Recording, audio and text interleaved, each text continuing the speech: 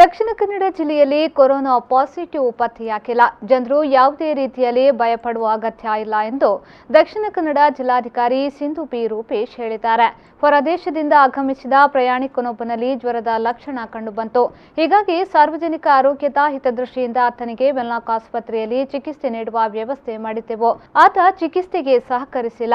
ಇದರ ಬಗ್ಗೆ ಯಾರೂ ಗೊಂದಲಕ್ಕೀಡಾಗಬಾರದು.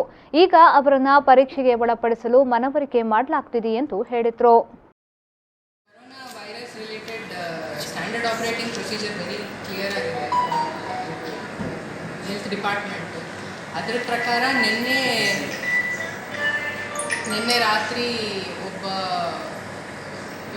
ಟ್ರಾವೆಲರ್ ಅವ್ರಿಗೆ ಟೆಂಪ್ರೇಚರ್ ಅಷ್ಟೇ ಇದ್ದಿದ್ದು, ಇನ್ಯಾವ ಸಿಂಪ್ಟಮ್ಸು ಇರಲಿಲ್ಲ. ಆ ಟೆಂಪ್ರೇಚರ್ ಇತ್ತು ಅಂತ ಅವರಿಗೆ ಶಿಫ್ಟ್ ಮಾಡಲಾಗಿತ್ತು ವೆನ್ಲಾಕ್.